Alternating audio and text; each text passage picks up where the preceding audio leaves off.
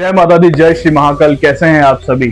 स्वागत है आपका आज के एक नई वीडियो के साथ। आज हम लोग इतिहास की बात नहीं करेंगे, ना ही किसी हम लोग रहस्य में बात करेंगे, रहस्य में टॉपिक के ऊपर बात करेंगे, ना ही आज कोई पर्सनल लाइफ स्टाइल से जुड़ा मामला है।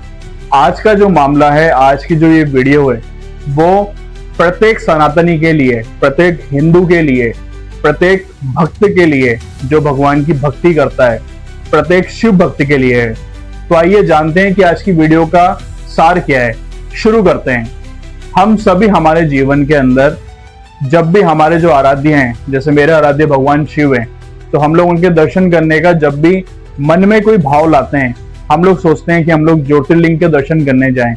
जो लोग मातेश्वरी के भक्त होते हैं, वो माता जी के 51 शक्तिपीठों में से जितने जो शक्तिपीठ उनके आसपास है, जहां वो जाना चाहते हैं, वहां पे दर्शन करने के लिए जाते हैं। इसी तरह जितने भी हमारे आराध्य होते हैं, जितने हमारे भाई हैं, बहन हैं, जिनके भी जो आराध्य हैं, जिनमें उनकी भक्ति भाव है, वो सभी अपने आराध्य के दर्शन करना चाहते हैं। तो शिव मंदिर में हम जब भी जाते हैं, जितने भी ज्योतिर्लिंग हैं, उनमें से कुछ ज्योतिर्लिंग ऐसे हैं जिसके विषय में आज हम लोग बात करने वाले हैं। तो आज हम लोग बात करेंगे उज्जैन महाकाल मंदिर के बारे में, जो कि मध्य प्रदेश के अंदर स्थित है। महाकाल मंदिर, जो कि नाम सुनते ही शरीर के रोंगटे खड़े कर देता है। महाकाल, जहां आज पूरा बॉलीवुड, सारे क्रिकेटर और जितनी भी बॉलीवुड पर्सनालिटीज हैं, पॉलिटिकल पर्सनालिटीज हैं, वो सारे के सारे वहां पर आकर के दर्शन करते हैं। महाकाल, जो जिनका नाम से ही हमें पता लगता है, काल के ऊपर जो है वो है हमारे महाकाल भगवान शिव, महामृत्युंजय भगवान शिव, जिनके दर्शन मात्र से इंसान जो है वो डर से दूर हो जाता है, उसकी जीत पक्की हो जाती है। सो ऐसे हैं हमारे महाकाल और उनका आशीर्वाद। लेकिन जितने भी शिव भक्त होते हैं, उन सबके मन में एक भाव होता है। अब जितने भी मैं क्या बात करने वाला हूं, बहुत से लोग समझ गए होंगे, लेकिन चलिए मैं बताता हूं आपको। जितने शिव भक्त हैं, जब भी वो किसी ज्योतिर्लिंग जाते हैं या किसी शिव मंदिर में जाते हैं, किसी सामान्यतः जो हमारे घरों के आसपास शिवलिंग होता है, शिवालय होता है, वहां पे जाते हैं, तो उनके मन में भाव क्या होता है? वो जाकर के वहां पे जल चढ़ाएं, शिव जी का अभिषेक करें, पंचामृत से अभिषेक करें, बिल पत्र चढ़ाएं, धतूरा चढ़ाएं, आंकड़े के फूल चढ़ाएं, उन्हें चंदन का लेप लगाएं, उन्हें भोग लगाएं, प्रसाद चढ़ाएं, इस शिवलिंग का स्पर्श करें। लेकिन जब भी हम लोग किसी ज्योतिर्लिंग जाते हैं, और विशेष रूप से महाकाल मंदिर में, तो वहां पर आपको अंदर जाने नहीं दिया जाता। तो क्या है इसके पीछे की कहानी? आज हम लोग इसी के बारे में बात करेंगे। लेकिन जितने भी ये नियम हैं, ये सामान्य लोगों के लिए हैं। वो लोग जो किसी अच्छे बैकग्राउंड से नहीं आते, वो लोग जो आम आदमी हैं, भारत के रहने वाले निवासी हैं। यहीं पे अगर बात करें हम लोग, आज की जितनी भी पर्सनालिटीज हैं, चाहे वो बॉलीवुड के बड़े बड़े दिग्गज नेता हो, क्रिकेटर हो, या कोई राजनीति से जुड़ा हुआ कोई अच्छे पद का व्यक्ति हो, उनके लिए कोई नियम कायदे नहीं है। उनको नाम दिया जाता है महाकाल मंदिर के अंदर वीआईपी प्रोटोकॉल का। तो क्या है ये वीआईपी प्रोटोकॉल? क्या भगवान के लिए उनका कोई भक्त छोटा हो सकता है या बड़ा हो सकता है? जी नहीं, ये सब यहाँ के बनाए हुए लोगों के हथकंडे हैं और कुछ नहीं। तो क्या आपको भी लगता है कि ये जितनी भी जो चीजें चल रही हैं वो चेंज होनी चाहिए? बिल्कुल होनी चाहिए। क्यों? एक शिव भक्त अपने आराध्य के दर्शन करने के लिए मंदिर को पैसे दे, क्यों देगा? एक शिव भक्त अपने आराध्य को छू नहीं सकता, क्यों नहीं छू सकता? एक शिव भक्त अपने आराध्य का जल अभिषेक नहीं कर सकता, ऐसा क्यों?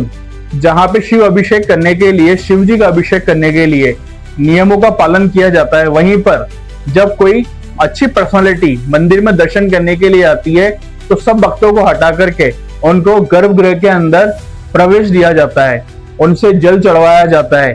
जहां पर हमारे सनातन धर्म के अंदर स्त्रियां जब पूजा करती हैं, तो उनके सर पे दुपट्टा या पल्लू होता है, कुछ कपड़ा होता है। वहीं पे अगर कोई एक्ट्रेस है, तो उसको नंगे सर मंदिर में जाने की अनुमति दी जाती है।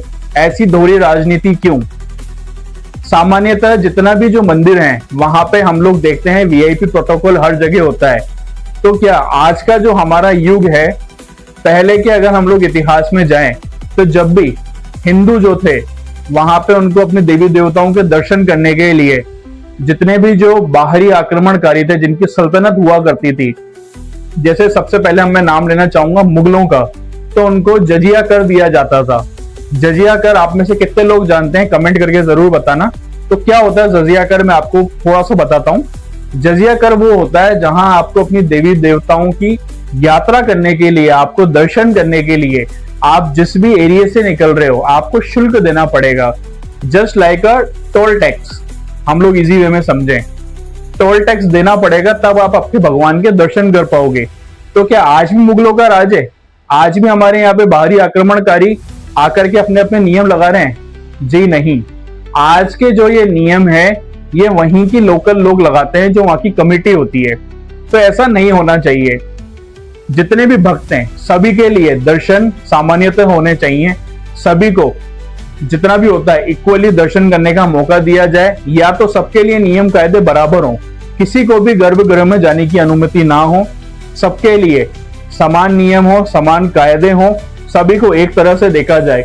मंदिर में कोई भी छोटा बड़ा नहीं होता, मंदिर में कोई भी अमीर गरीब नहीं होता, मंदिर में सभी भगवान के बच्चे हैं, भगवान के दास हैं। हम सभी अपने अपने कष्ट लेकर के, अपने अपने मन की इच्छा लेकर के हमारे आराध्य के पास जाते हैं, और वहां जाने पर जब हम लोग देखते हैं कि इस तरह का वातावरण होता है तो मन बड़ा चिंतित होता है और मन बड़ा दुखता है। मैंने खुद ने अभी देखा था, मैं लगभग हर बार महाकाल जाता हूँ, हर महीने जाता हूँ, तो मैं जब भी देखता हूँ इस तरह की चीजें, मेरे साथ में ही मेरे मित्र थे, उनकी दादी को हम लोग लेकर के गए, तो वहां पे वो बहुत बुजुर्ग थी, तो उन्होंने बोला कि मेरे को दर्शन करने की इच्छा है। अब उन्हें कौन बताए कि यहाँ पे वीआईपी के नाम पे आपको किसी को कॉल करवाना होता है, आपको प्रोटोकॉल देना होता है, आपको शुल्क देना होता है। उनकी वो इच्छा मन में ही रह गई, क्योंकि मेरे मित्र के पास कोई वीआईपी प्रोटोकॉल नहीं था। तो क्या उन्हें दर्शन का अधिकार नहीं है?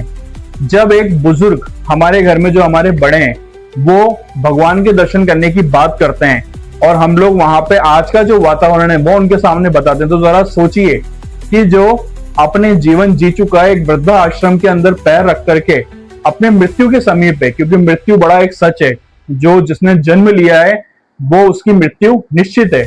तो वो अपने जो जिंदगी के आखिरी क्षण में है वो दर्शन करना चाहता है, लेकिन उसको दर्शन करने की अनुमति नहीं है, क्योंकि वो एक सामान्यतः मनुष्य है, क्योंकि उसके पास वीआईपी प्रोटोकॉल नहीं है। तो क्या लगता है आपको, इस तरह की राजनीति, इस तरह के रूल्स ऑफ रेगुलेशन, इस तरह की मैन्युपुलिटी सही है? जी नहीं, इस तरह की मैन्युपुलिटी सही नहीं है। मंदिर में सभी के लिए दर्शन सामान्यतः होने चाहिए, सभी को शिवलिंग को स्पर्श करने का अधिकार होना चाहिए। हाँ, हम लोग इसमें सुधार कर सकते हैं स्वच्छता का। जितने भी लोग हैं उनको स्वच्छता के लिए हम लोग प्रेरित करें, ताकि मंदिर में जब भी आए, जितने भी आपके धूम्रपान से रिलेटेड चीजें हैं आप सभी बाहर खोल के आए, बेल्ट आप बाहर खोलें, मोजे आप बाहर खोलें, जितनी भी गर्भगृह में जाने की जो नियम कायदे हैं वो सभी को आप लागू करवाएं। तो उनको, जितने भी जो लोग उनको फॉलो करते हैं, कम से कम उनको दर्शन का अधिकार दीजिए।